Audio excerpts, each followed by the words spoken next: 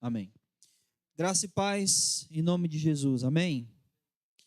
Abram suas Bíblias ao livro de Lucas, capítulo 2. Nós iremos dar continuidade ao estudo do Evangelho de Lucas. Estaremos lendo a partir do versículo 41.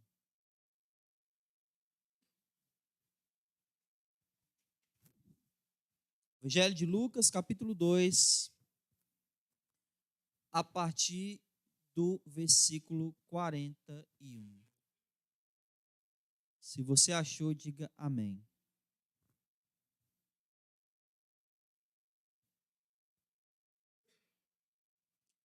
Amém? Diz assim: seus pais iam todos os anos a Jerusalém para a festa da Páscoa. Quando Jesus completou 12 anos, eles subiram para Jerusalém de acordo com o costume da festa. E passados os dias da festa, ao regressarem, o menino ficou em Jerusalém sem que seus pais soubessem. Pensando que estivesse entre os companheiros de viagem, andaram o caminho de um dia e passaram a procurá-lo entre os parentes e conhecidos. E, como não o acharam, voltaram a Jerusalém em busca dele. 3 dias depois, eles o acharam no templo, sentado dentre os doutores, ouvindo-os e fazendo perguntas. E todos os que o ouviam ficaram admirados com sua inteligência e com suas respostas. Quando o viram, ficaram maravilhados, e sua mãe lhe disse: filho, por que fizeste isto conosco? Teu pai e eu estávamos te procurando muito ansiosos. Ele lhes respondeu: por que me procurais? Não sabeis que eu devia estar na casa de meu pai? Mas eles não entenderam o que ele lhes disse. E ele desceu com seus pais, indo para Nazaré, e obedecia a eles. E sua mãe guardava todas essas coisas no coração. Jesus crescia em sabedoria, estatura e em graça diante de Deus e dos homens.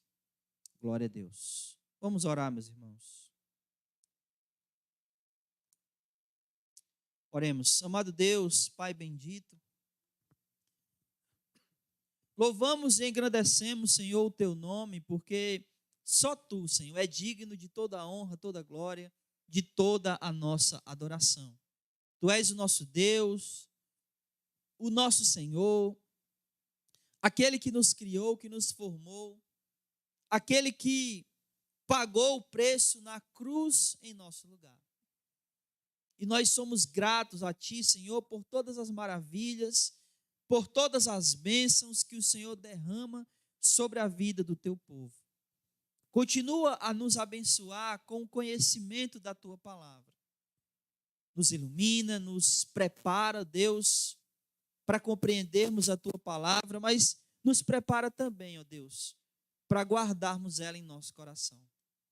Fica conosco neste momento, que verdadeiramente o Senhor fale aos nossos corações e que a Tua palavra para nós, Senhor, seja clara, seja verdadeiramente refrigério para a nossa alma, seja aquilo que nos motiva a cada dia estarmos em Tua presença, aprendendo mais do Senhor e Te servindo como o Senhor deve ser servido. Em nome de Jesus, é isso que rogamos e nele Te bendizemos e agradecemos hoje e para sempre. Amém, Senhor. Glória a Deus. Aqui no Evangelho de Lucas, é o único lugar dos 4 evangelhos que nós vamos ver Jesus sem ser bebê ou sem ser no seu ministério. No Evangelho de Marcos, por exemplo, Jesus já começa, aliás, o Evangelho de Marcos, ele já começa com João Batista aparecendo e logo depois Jesus iniciando o seu ministério. No Evangelho de Mateus, a gente vai ter capítulos 1 e 2 falando sobre o nascimento de Jesus e capítulo 3, o capítulo 3 já fala sobre João Batista e o capítulo 4 já é Jesus sendo batizado. Aliás, final do capítulo 3 é Jesus sendo batizado e o capítulo 4 já é ele sendo tentado pelo diabo. Então, não fala ele com 12 anos. E o Evangelho de João também não menciona ele nem bebê e nem com 12 anos. Então, o Evangelho de Lucas é o único evangelho, o único dos 4, que vai mencionar Jesus, por assim dizer, né, adolescente ou pré-adolescente. Ele aqui com 12 anos. E o que a gente vai ver hoje é uma coisa meio inusitada, que ele, não apenas com 12 anos, mas com 12 anos, ele estando lá entre os doutores da lei, lá no templo. E é isso basicamente que a gente vai ver. Só que, antes da gente ver Jesus entre os doutores da lei, a gente vai ver uma situação inusitada, que é, eles vão para Jerusalém e na volta os pais dele fazem o quê? Esquecem ele lá em Jerusalém. E a gente vai ver que não tem nada a ver com esquecimento. A gente vai chegar lá. Mas é uma situação inusitada. Então, para começar, vamos aqui para o versículo 41. Então, acompanhe comigo aí, por favor. Versículo 41. Seus pais iam todos os anos a Jerusalém para a festa da Páscoa. Então, preste atenção nisso aqui. O judeu, o homem judeu, ele era obrigado a ir a 3 festas em Jerusalém. Em outras palavras, ele era obrigado a ir a Jerusalém 3 vezes ao ano para cumprir 3 festas. Quais eram elas? A Páscoa, Pentecostes e a outra.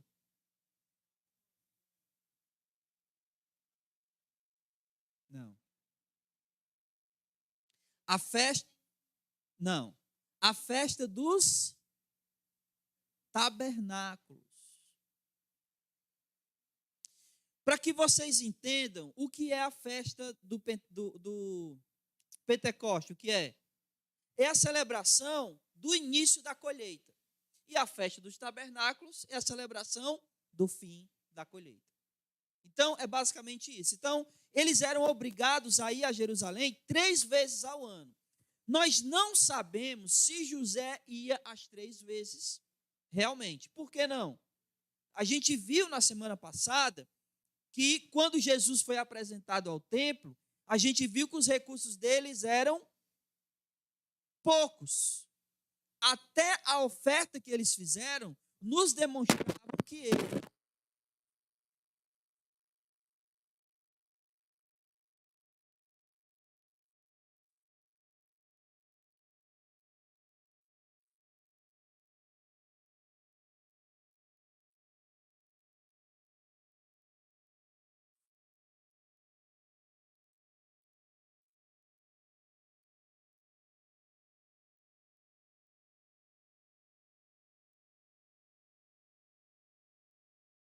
de José.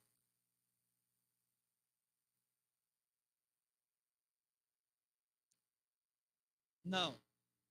A verdade é que quando uma criança nascia, e a gente viu isso lá em Levítico capítulo 12, quando uma criança nascia, ele precisava passar, a mãe dele precisava passar um período, e depois desse período, eles iam ao templo oferecer sacrifício.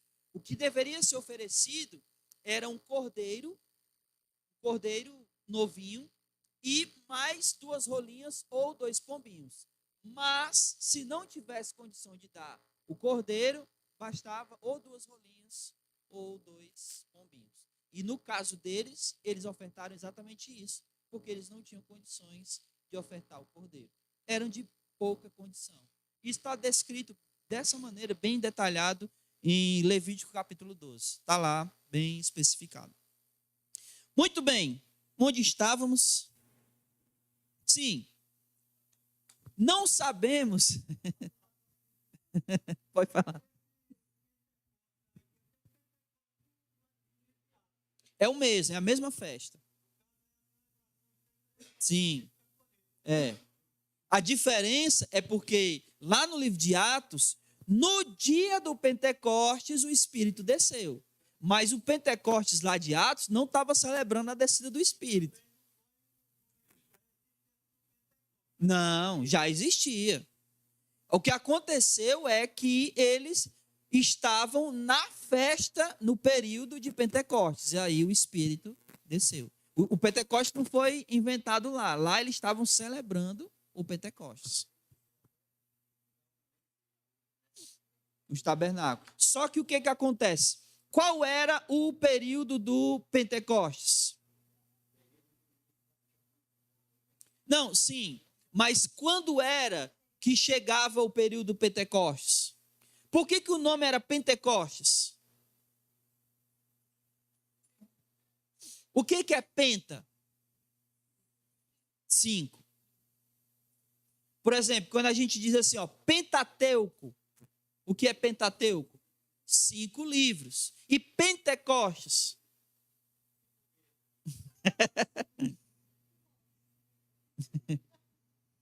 O Pentecostes era 50 dias após a Páscoa. Então, tinha o período da Páscoa, 50 dias depois, Pentecostes. Ok? Então, por isso que Paulo, lá em 1 Coríntios capítulo 15, ele vai dizer que Jesus passou aproximadamente 2 meses entre os discípulos, que era exatamente desde a Páscoa, quando ele morreu, ele passou aproximadamente 2 meses, que é o período de quantos dias? 2 meses é quantos dias? Isso, mas ele não passou os 2 meses, aproximadamente 2. Então, até chegar o Pentecostes, ok? Amém? Agora deixa eu tentar voltar para o meu raciocínio. Então, vamos lá. O que eu estava dizendo? Que todo homem judeu, ele era obrigado a ir 3 vezes por ano a Jerusalém. Para fazer o quê? Celebrar 3 festas. Quais? A Páscoa, Pentecoste e o Tabernáculo. O que eu estava dizendo era que eu não sei, e o texto não diz, se José ia todas as 3 festas. Por quê? Porque era uma viagem cara. A distância de Nazaré até Jerusalém era 150 quilômetros. Então, era uma viagem longa e uma viagem cara, que era necessário ele fazer um sacrifício, e quando eu falo sacrifício, não é sacrificar um animal, mas um sacrifício pela dificuldade de ir até lá. Então, ele tinha que fazer um certo sacrifício, tanto físico como financeiro, porque não era muito barato viajar assim. A gente não sabe se ele ia as 3 vezes, mas o texto está dizendo o seguinte, versículo 41, que todos os anos eles iam para Jerusalém para a festa da Páscoa. Então, não sabemos se ele ia às 3 festas, mas a festa da Páscoa, todo ano ele ia. Amém? Outra coisa que nós não sabemos é se Jesus já havia ido alguma vez. Porque o texto está dizendo no versículo 41 que os pais dele iam todo ano. O versículo não está dizendo. Alguns estudiosos, comentaristas, vão afirmar que aqui é a primeira ida de Jesus para a festa da Páscoa. Ele ainda não havia ido. Alguns dizem isso. Não temos como afirmar, mas é possível que sim. É possível que fosse a primeira vez que Jesus tivesse ido para Jerusalém com seus pais para celebrar a festa da Páscoa. Então, uma coisa que é muito importante a gente entender aqui é o seguinte, que José, ele não deixava de celebrar a Páscoa. ele não deixava de celebrar a Páscoa. E aqui, meus irmãos, tem uma coisa muito importante para a gente. Não desmarque aí, mas vá lá para Êxodo, por favor. Capítulo 12. E aqui eu sei que a gente já sabe, mas eu queria novamente nos lembrar do que se trata a Páscoa. Do que se trata a Páscoa.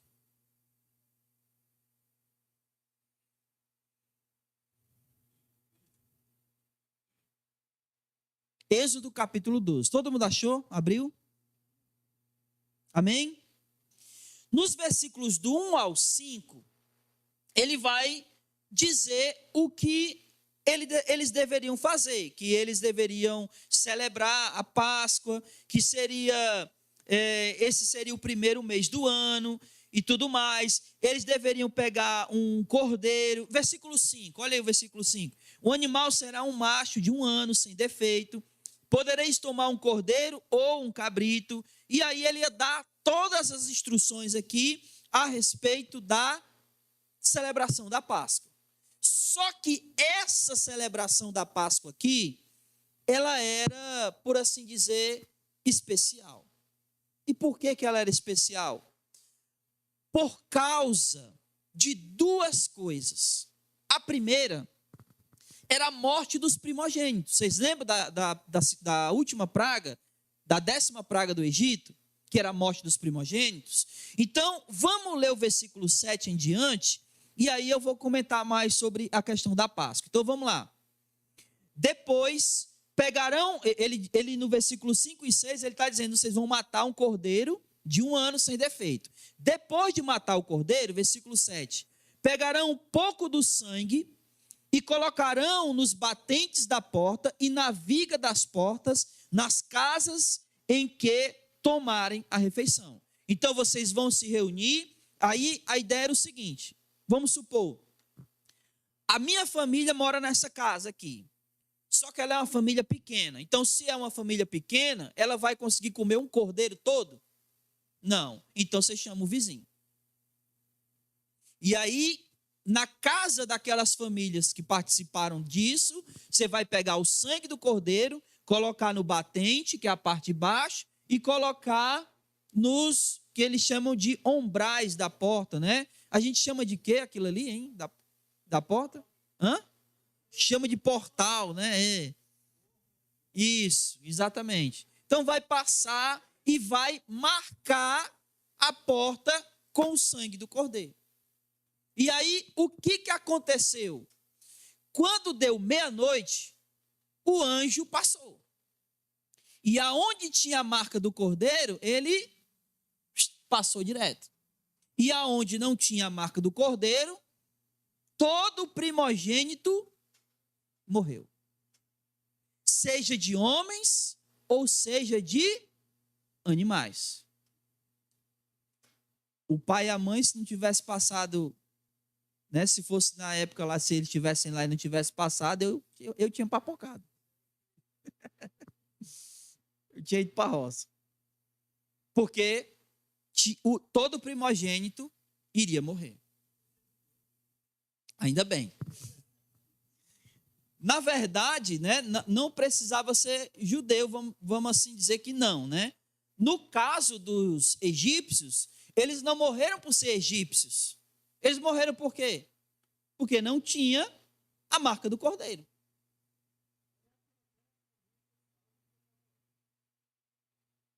Amém? Essa é a primeira coisa que eles estão celebrando.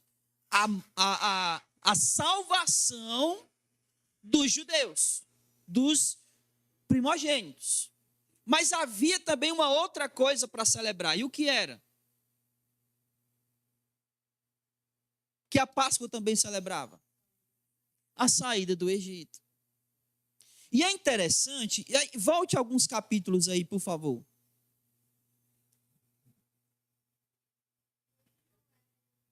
Não, em Êxodo. Eu quero que você perceba, vá para o capítulo 7.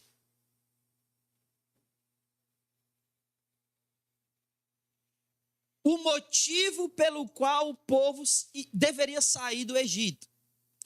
Versículo 16 do capítulo 7 de Êxodo. Capítulo 7, versículo 16. Aqui é Deus dizendo para Moisés o que ele tinha que falar para o faraó. Diz assim, ó: e lhe dirás, o Senhor Deus dos Hebreus enviou-me a ti para te dizer, deixe o meu povo ir para quê? Para quê? Para que me cultue ou me adore no deserto. Vá para o capítulo 8. Versículo 1. Então o Senhor disse a Moisés, vai ao faraó e diz-lhe assim, deixe o meu povo ir para quê? Para quê? Para que me cultue. Vá para o versículo 8. Então o faraó chamou Moisés e Arão e rogai ao Senhor para que afaste as rãs de mim e do meu povo. Depois disso, deixarei o povo ir para quê? Para oferecer sacrifícios. Então, isso vai continuar. Veja o versículo 20 do capítulo 8, quer dizer, o Senhor disse a Moisés, levanta-te bem cedo, vai ao encontro de Faraó, ele estará junto às águas e diz, assim diz o Senhor, deixe o meu povo ir para quê? Para que me cultue. Então, por que o povo tinha que sair do Egito? Para cultuar a Deus, para celebrar a Deus. Não era uma libertação por ser somente liberto. Ele ia ser liberto para adorar a Deus. E tanto Moisés estava ciente disso, como o próprio faraó estava ciente disso. Essa frase de faraó aqui, ele diz 4 vezes, eu vou deixar o povo ir para cultuar a Deus. E essa frase de Moisés para faraó, ele diz 6 vezes, deixa o meu povo ir para cultuar a Deus. Então, a ideia da libertação do povo do Egito era que ele ia ser liberto para poder adorar. E essa adoração era sacrificial, eram os sacrifícios. E eles iam celebrar a Páscoa. Então, o que a Páscoa celebrava? 2 coisas. Primeira, a liberdade do povo do Egito. E a segunda, o livramento da morte. Amém? Isso. Amém? Amém, meus irmãos? Isso, amém. Então, olhe só o que eles estavam todo ano celebrando. A libertação do cativeiro e o livramento da morte. Que é exatamente o que aconteceu com quem? Não.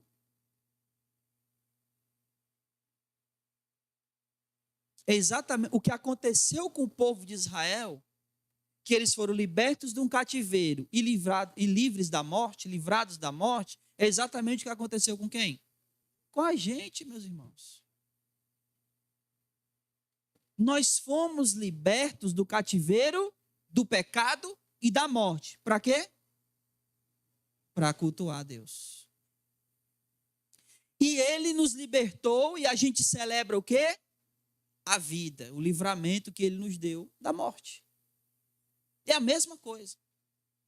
Então, nós não fomos libertos por ser libertos. A gente foi liberto para cultuar a Deus. E quando a gente cultua, a gente está celebrando a vida que ele nos deu. Era exatamente isso que José ia todo ano fazer.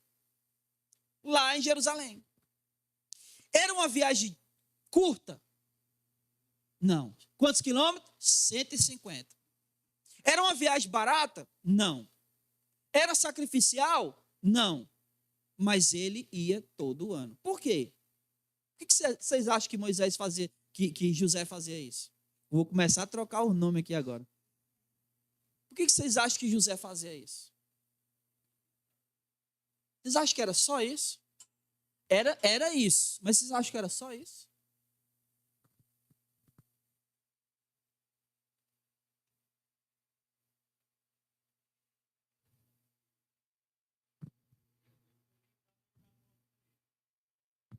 Exatamente.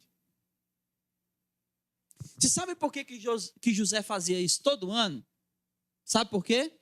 Porque ele tinha um filho. E o que isso tem a ver? Hã? Não. Ele tinha que dar o exemplo. Ele tinha que mostrar para o filho. Ah, mas era Jesus. Não importa. Mas ele tinha que mostrar para o filho o quanto é importante celebrar a liberdade e a vida. E aí não tinha dificuldade, meu amigo. Não tinha distância. Não tinha valor. Não tinha preço. Ele todo ano estava lá. Que é o que nós deveríamos fazer uma vez por ano?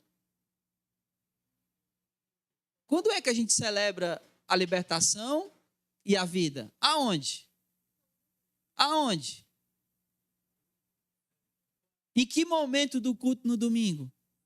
Na ceia. E nós temos filhos. Que precisamos mostrar para eles o quanto isso é importante. O quanto é valioso a gente ter sido liberto e ter recebido vida. E que isso não tem preço. E que isso não tem sacrifício, não tem distância. Porque não há distância ou sacrifício que nos faça perder a adoração ao nosso Deus. Que nos faça, sabe, não celebrar a nossa liberdade. A vida que a gente recebeu, o livramento que a gente recebeu. Então José aqui, como pai que ele era de Jesus, todo ano ele ia com a sua esposa adorar a Deus, celebrar a Páscoa, que era uma festa que celebrava o livramento do cativeiro egípcio e o livramento da morte. E todo ano eles estavam lá, celebrando essa liberdade, celebrando essa vida. Amém? Eu fico imaginando o seguinte, vamos dizer, o texto não fala, né? Porque a gente não tem aqui claro. Mas vamos dizer que realmente Jesus nunca tivesse ido lá. O seu filho já lhe pediu para ir para um lugar que você disse, não, você é muito pequeno, quando você crescer, você vai. Sim ou não? Você imagina o quanto ansioso ele vai ficar para chegar à idade? Ah, mas eu já tenho 10, deixa eu ir. Não, é só com 12. Imagina quanto empolgado Jesus poderia ter ficado quando chegou o dia dele, de ir para a festa. Uma festa que os pais iam todo ano e ele não podia ir. Os judeus, eles tinham algumas fases da vida. O menino, o judeu. Vamos ler o versículo 42, aí eu falo melhor sobre isso. Quando Jesus completou 12 anos, eles subiram para Jerusalém de acordo com o costume da festa. Então, o menino judeu, ele tinha basicamente vou falar 3, mas basicamente 4. 3 fases da vida. De 0 a 3 anos, ou seja, quando ele completava 3 anos, ele era desmamado. Então, o judeu, o menino, ele mamava até os 3 anos. Era. De 3 a 5 anos, ou seja, quando ele completava os 5 anos, ele... perdão, deixa eu falar outra coisa. Ele não só era desmamado com 3 anos, como ele passava a vestir aquela roupa judaica normal, aquela com borda, né? Que parece um vestido. Até os 3 anos ele não vestia aquele tipo de roupa. Quando ele completava 5 anos, ele começava a aprender a lei.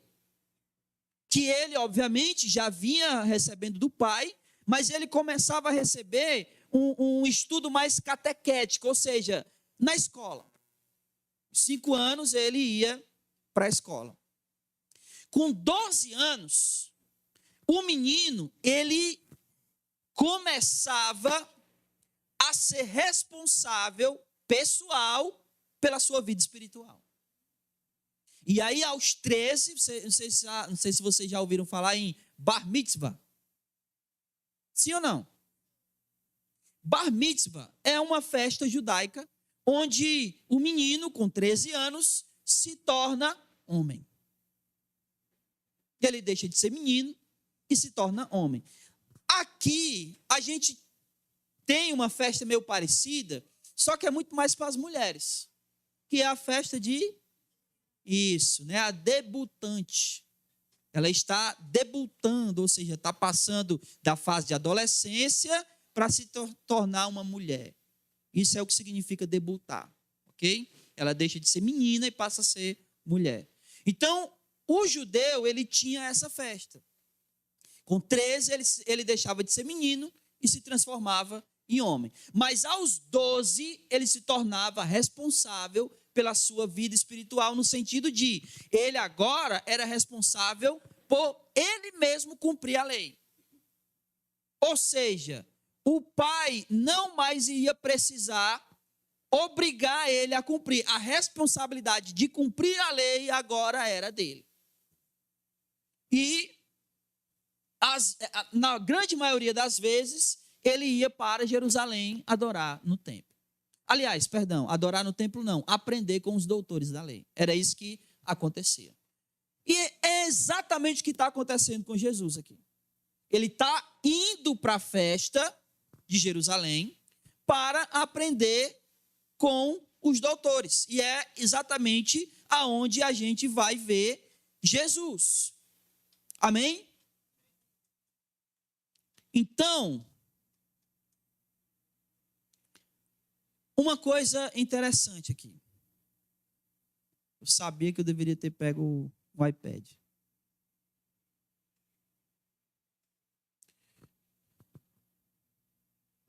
Quem está levando Jesus?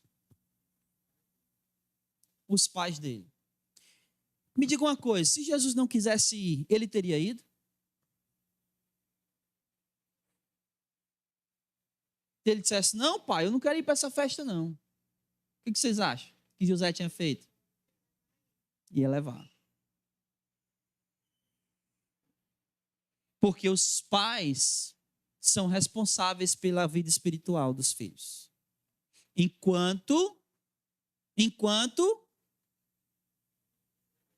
eles não se tornam responsáveis por eles mesmos. Uma vez alguém me disse assim, porque, sabe, né? Já está ficando adolescente, eu não posso mais obrigar. E se teu filho adolescente dissesse que não queria mais comer, tu ia deixar ele morrer de fome?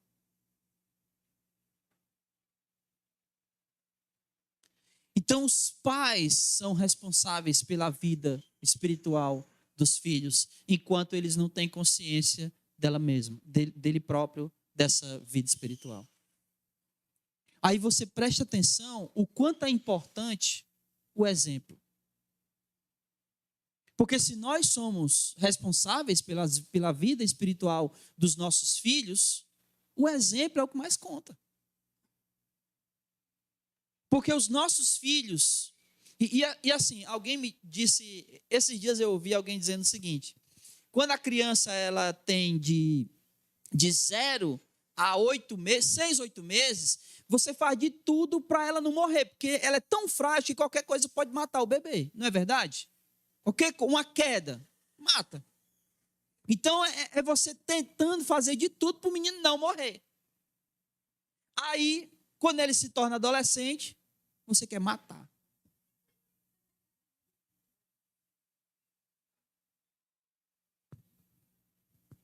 Mas, os adolescentes, eles têm uma coisa que é muito interessante.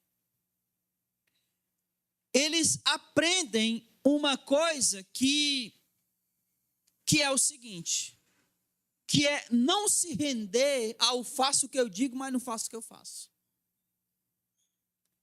Eles sempre vão dizer, mas você também não faz. Por que eu vou fazer? Os nossos filhos são um espelho. São uma esponja. E cabe a nós darmos o exemplo de vida espiritual para eles. É nossa responsabilidade. Enquanto eles não têm consciência sobre isso. E depois que eles criam consciência, aí é com eles. E nenhum pai deve se culpar se o filho não quiser mais servir a Deus.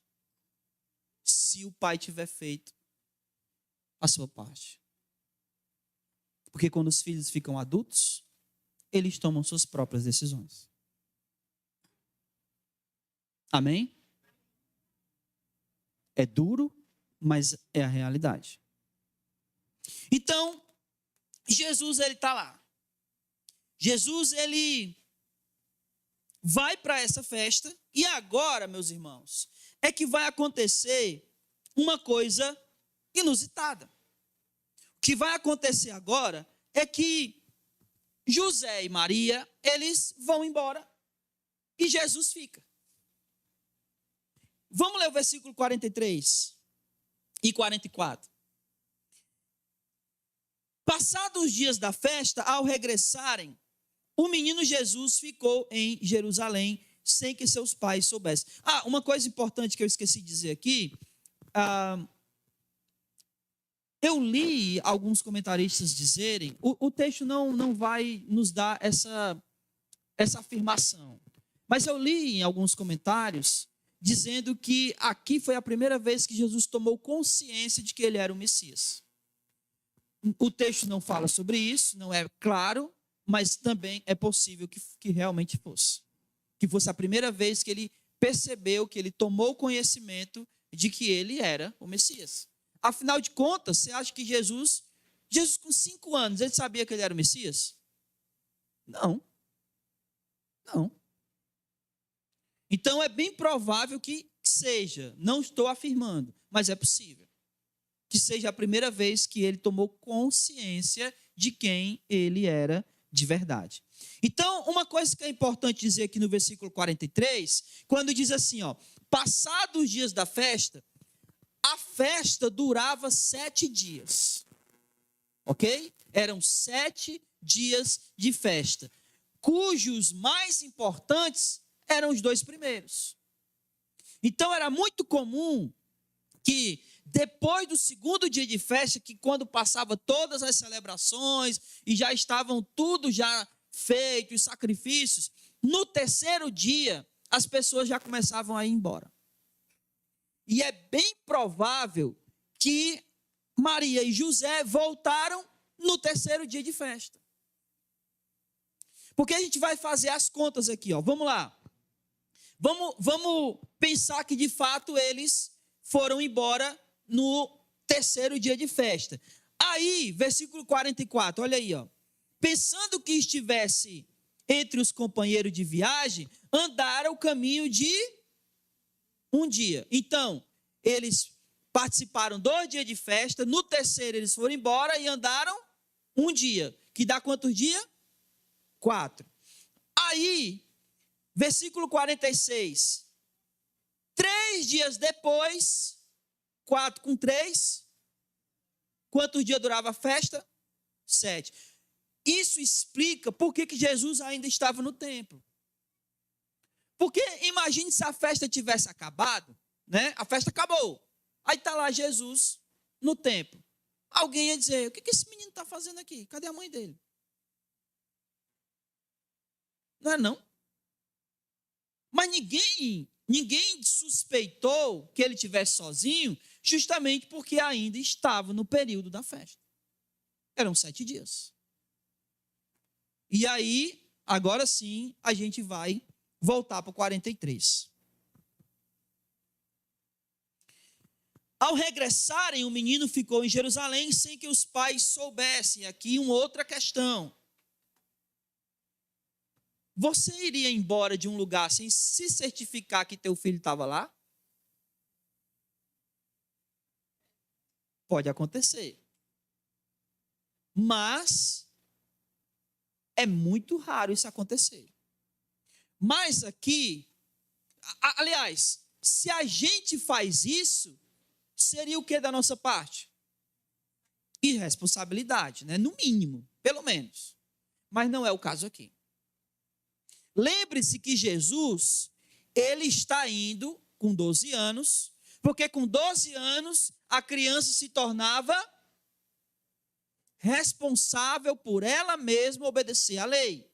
Então Jesus está num processo de adquirir responsabilidade. Por isso ele recebeu uma certa liberdade. Só que Jesus ficou para trás porque ele é mal criado? Não, provavelmente ele nem sabia que os pais tinham ido embora.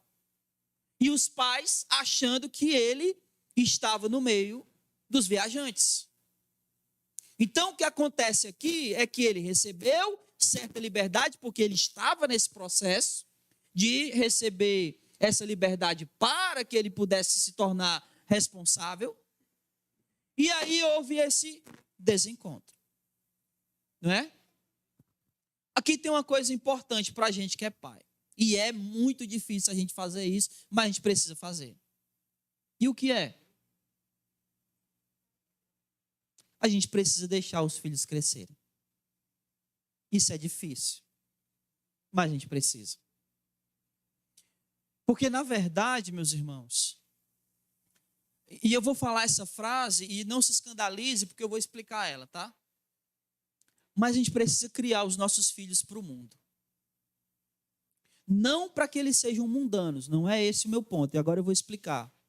Nós precisamos criar os nossos filhos para que eles saibam viver no mundo sem se contaminar com ele. Senão, se a gente cria os nossos filhos dentro de uma redoma, onde a gente proíbe eles de tudo, quando eles ganharem essa liberdade, e eles vão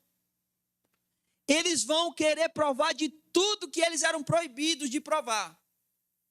E não eram instruídos, só eram proibidos. Eram criados no pode ou não pode. E ser criado no pode ou não pode, quando eles virem que eles vão poder, eles vão querer. Então nós precisamos deixar os nossos filhos crescerem, mas de maneira que a gente vai direcionando eles. Direcionando.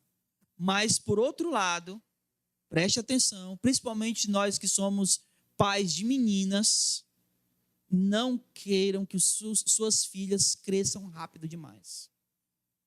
Mantenham a infância dela até onde vocês puderem. Vistam ela como criancinha. Evitem maquiagem. Não permita que elas cresçam rápido demais. E passa assim. Passa assim. Outro dia, a Rebeca estava vestindo as roupas da mãe. E dizendo que ia para Paris. Agora ela já tem quase 15 anos.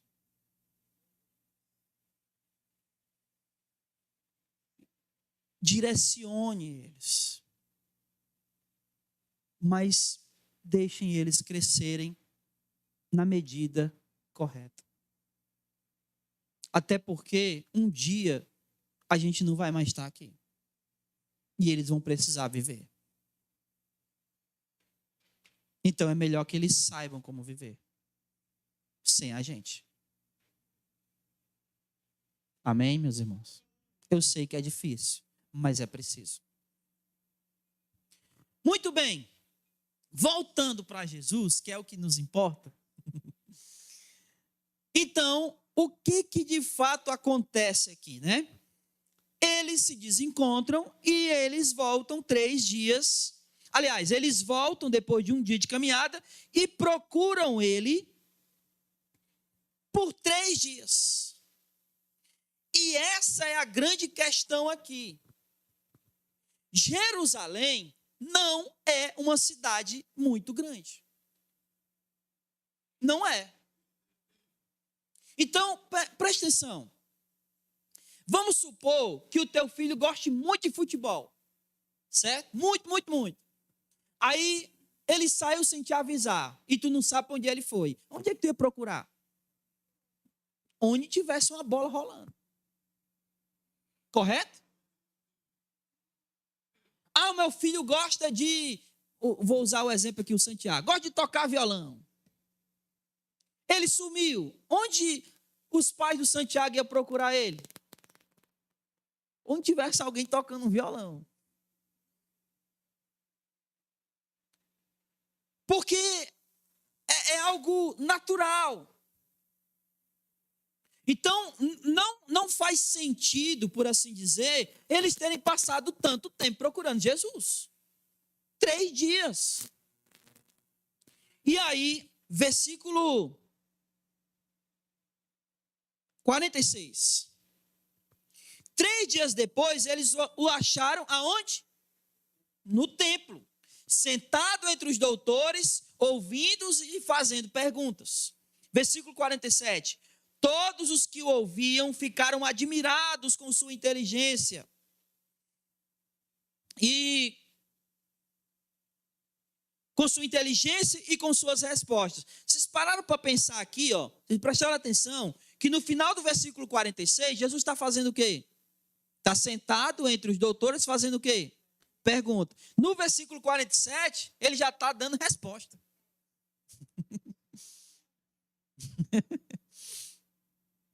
Né? De tão inteligente que ele era. E eles ficaram maravilhados com a inteligência dele. Com a maneira como ele percebia as coisas. E é bem provável, mais uma vez, é possível que aqui ele tenha despertado para quem ele era de verdade, que é o Messias. Primeira vez que ele se reconhece como o Messias. Que até então, talvez ele não tivesse percebido isso ainda. E aí vem o diálogo. Versículo 48. Quando viram, ficaram maravilhados. Esse maravilhados aqui é uma palavra que ela expressa um misto, tá?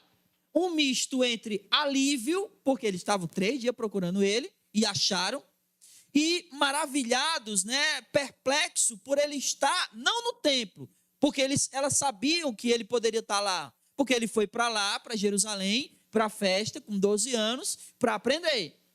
Mas eles ficaram perplexos, não só dele estar no templo, mas dele estar entre os doutores. Isso não era muito comum.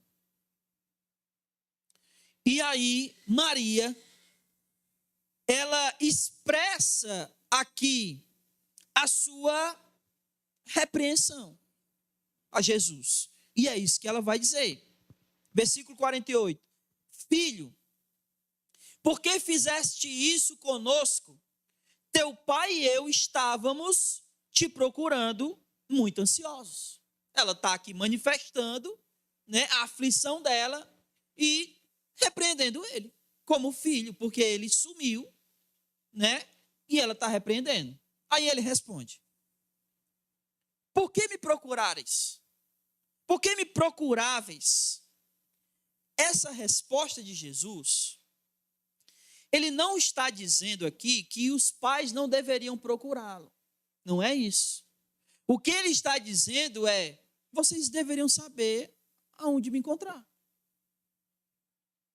Por que vocês ficaram tanto tempo me procurando? Aí ele termina o versículo 49 dizendo: não sabeis que eu devia estar na casa de meu pai? Ou seja, isso deveria ser óbvio. Por quê? Porque Jesus é o Messias. Então eles não deveriam ter passado 3 dias procurando Jesus, deveriam saber exatamente onde ele estava. E é isso que ele está dizendo. Por que vocês estão me procurando? Vocês deveriam saber exatamente aonde me procurar. E aí o versículo 50 diz o seguinte: eles não entenderam o que ele lhe disse. E isso é estranho. Muito estranho. Por quê? Maria, antes de Jesus nascer, ela teve a visita de quem? Do anjo. Ela sabia mais do que ninguém que o nascimento de Jesus foi um milagre.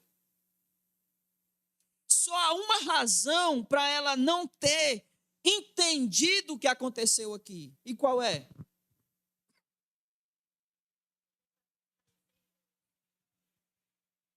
Toda a aflição que ela sofreu procurando Jesus, é bem provável que tenha feito esquecer quem ele era. A aflição dela pode ter feito ela. E mais, se essa de fato é a primeira vez que Jesus se manifesta como o Messias, então ele passou 12 anos sem fazer absolutamente nada como Messias. E esses 12 anos, mais a aflição, pode ter feito ela esquecer. Agora não era o Messias, era quem? O meu filho. Pode falar, irmão.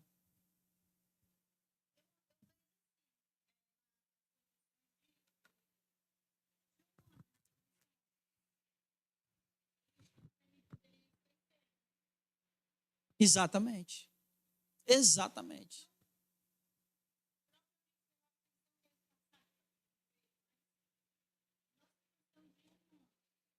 Como eu acabei de falar, o tempo que ele pode ter passado sem nunca ter realizado nenhum tipo de milagre nem nada, né? 12 anos sem fazer nada como Messias, mais a aflição.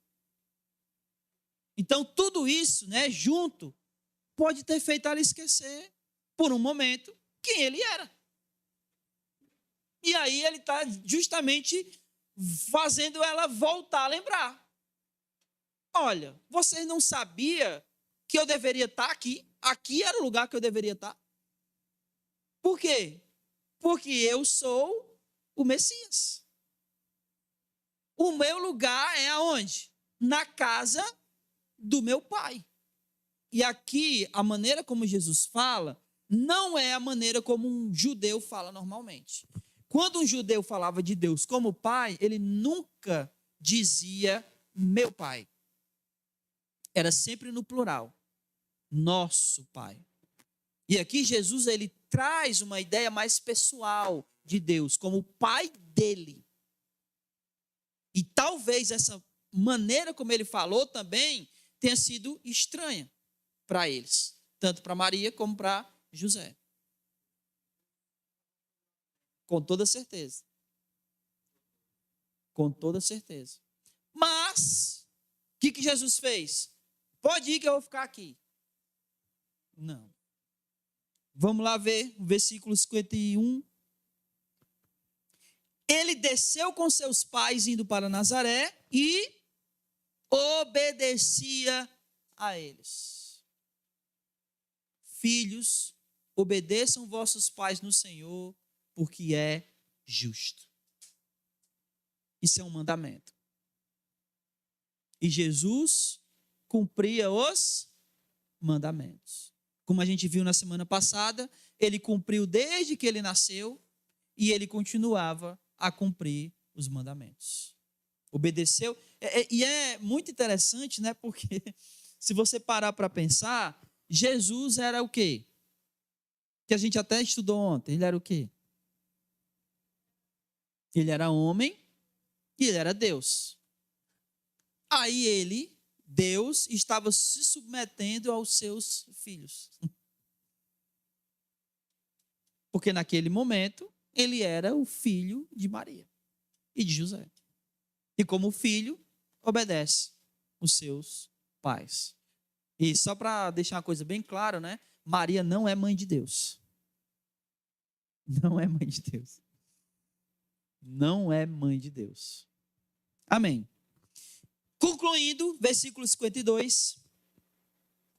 Jesus crescia em sabedoria, estatura. Perdão, esqueci do final do versículo 51, que diz assim: e sua mãe guardava todas as coisas no coração. Então, provavelmente, depois do que Jesus falou, ela lembrou e voltou a guardar no coração. Vocês lembram que essa frase ela já disse? Lembra que ela disse? Quando foi que ela disse isso? Quando ela ouviu tanto o Ananias profetizando a respeito de Jesus, como quando ela ouviu a profetisa Ana. E aí ela guardava essas coisas no coração. Mas isso Jesus era bebê. 12 anos depois, parece que esqueceu. Aí agora ela lembra. Aí ela voltou a guardar no coração. Claro.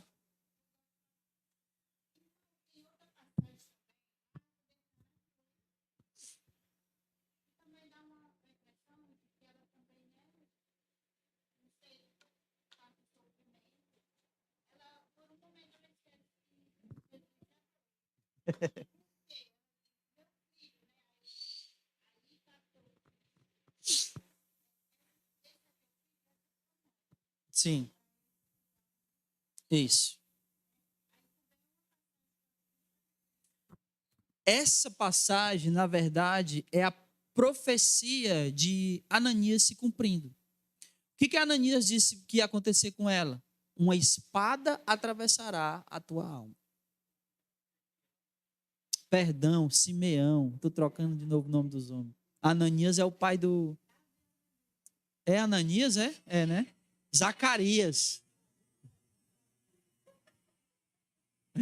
Zacarias. É o Simeão, profecia de Simeão.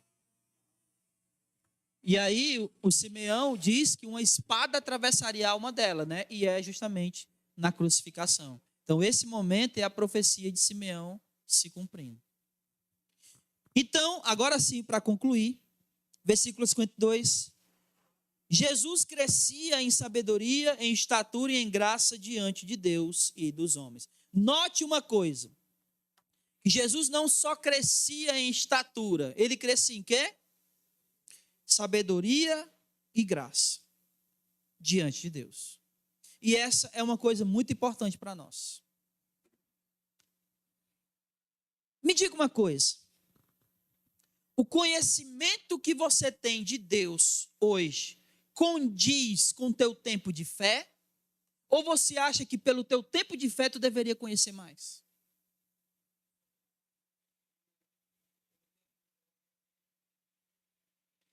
O menino crescia em estatura e, logicamente, ele estava ficando mais velho. E quanto mais velho ele ficava, mais sábio ele se tornava. Mais conhecimento de Deus ele absorvia. Mais graça de Deus ele recebia. Então, o tempo da nossa fé não é para a gente estagnar. É para a gente prosseguir. Conhecer e prosseguir em conhecer. Então, quanto mais tempo de fé a gente tem, mais conhecimento sobre Deus a gente deveria adquirir. O problema é a estagnação,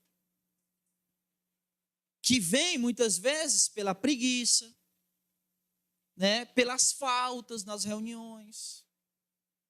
Às vezes até parece que a gente não quer crescer. Quer continuar igual. Mas o nosso tempo de fé deveria condizer com o nosso conhecimento. Ou melhor, o nosso conhecimento deveria condizer com o nosso tempo de fé. E nunca, meus irmãos, pode ter certeza, nunca haverá um momento aqui, nessa vida ou na próxima, que a gente diga, já sabemos tudo sobre Deus. Não haverá. Então, se a gente tem perdido tempo, que a gente, eu não vou dizer recupere, porque é muito difícil, mas que a gente não perca mais tempo de conhecer a Deus. Amém? O que a gente aprendeu? Vamos lá. Vocês estão conseguindo enxergar, então? Então vocês estão melhor do que eu. Vamos lá. Em primeiro lugar, o que a gente aprendeu? Leiam aí, por favor. Me ajudem. Que é tão pequeno para mim.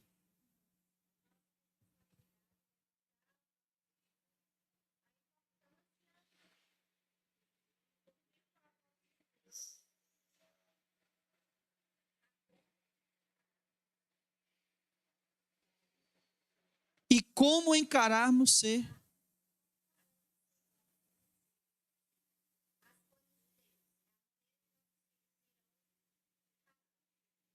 A maneira como nós encaramos ser importante as coisas de Deus é a maneira como os nossos filhos irão encarar. Se a gente dá pouca importância eles darão. Se nós damos muita importância eles irão dar. Eu já falei isso aqui algumas vezes, mas sempre é bom a gente falar novamente. Eu não sei se vocês já perceberam o quanto é fácil a gente fazer os nossos filhos torcer para o time que a gente torce, e mais é difícil a gente fazer eles crer no Deus que a gente crê. E talvez porque o time que a gente torce, a gente dá muita importância. Não é? Gastamos, vibramos, choramos. E com Deus, as coisas não são bem assim. Qual foi a última vez que a gente chorou por Deus? Qual foi a última vez que nos alegramos por estarmos na presença de Deus? Como a gente se alegra em estar no estádio de futebol. Os nossos filhos veem isso.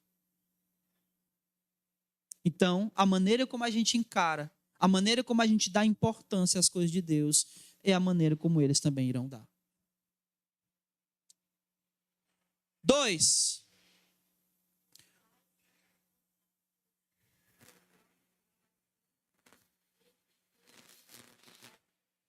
Me humilhou agora. A mãe está enxergando melhor do que eu. Sem um zóio. Exatamente, meus irmãos. Os pais são responsáveis pelos filhos enquanto não atingem esse senso de responsabilidade espiritual. É nossa responsabilidade cuidar dos nossos filhos. A educação vem da gente. A educação vem dos pais. 3. Os filhos precisam crescer, quer a gente queira ou não. Por isso é necessário atribuir a eles certa dose de responsabilidade. Não podemos esquecer que eles são criados para o mundo. Amém? Você crê assim, meu irmão? Amém? Amém? 4. Não podemos deixar que as aflições da vida nos façam esquecer quem Jesus é e o que ele representa para nós. Jesus é o nosso Senhor. Jesus é o nosso Salvador. E as aflições da vida não podem nos fazer esquecer disso. Não podemos permitir isso. Jesus é o mais importante para nós. Nunca podemos esquecer quem ele é. E tratá-lo como alguém simples, alguém comum.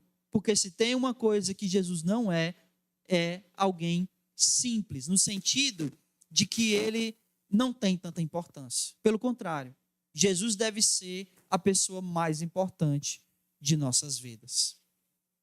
E por último, quanto mais tempo de fé temos, mais devemos crescer no conhecimento sobre Deus. O nosso conhecimento sobre Deus precisa ser compatível com o nosso tempo de fé. Por isso, precisamos continuar conhecendo e buscando cada vez mais conhecer a respeito desse Deus. Amém? Se vocês prestarem atenção, a gente nem chegou no ministério de Jesus.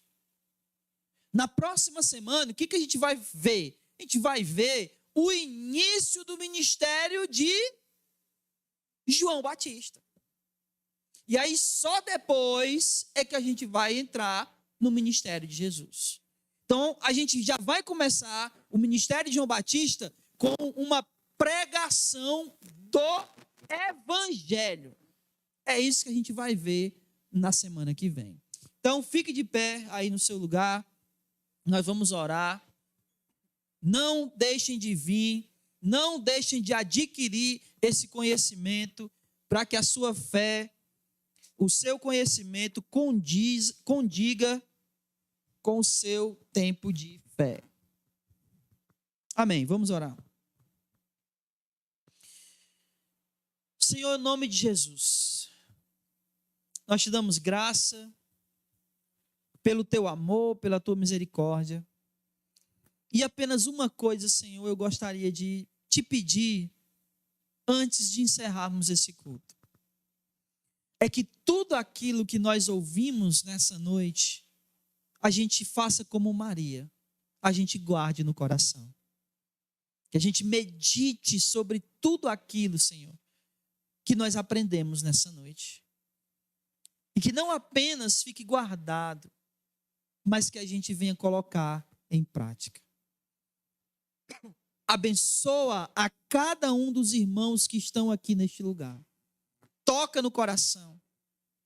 Que a palavra penetre profundamente, não só nos ouvidos, mas que desça até o íntimo do coração. Os faz lembrar de todos os ensinamentos que foram colocados, que foram ditos aqui nessa noite. E nos dá possibilidade, nos dá capacidade, nos dá força para colocarmos esses ensinamentos em prática. Abençoa cada irmão aqui com esse propósito, com essa bênção. Aqueles que acompanham pelas redes sociais e que ainda acompanharão, que o Senhor venha fazer o mesmo. Toca em seus corações, para que eles guardem e para que eles pratiquem. No mais, te pedimos que o Senhor nos leve em paz, nos protege no caminho de volta, para que nenhum mal aconteça com nenhum de nós. Livra-nos de todo mal, livra-nos de todo acidente. É isso que nós te pedimos, rogamos, e em Cristo Jesus nós já te agradecemos.